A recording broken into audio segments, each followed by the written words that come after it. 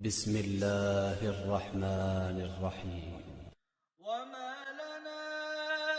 ألا نتوكل على الله وقد هدانا سبلنا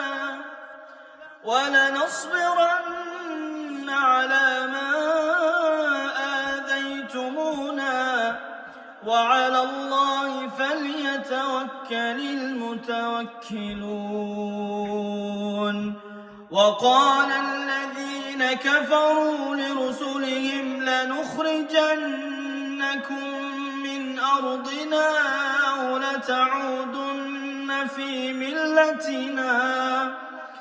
فأوحى إليهم ربهم لنهلكن الظالمين ولنسكننكم الأرض من بعدهم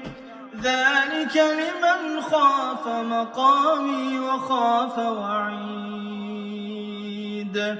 واستفتحوا وخاب كل جبار عنيد من ورائه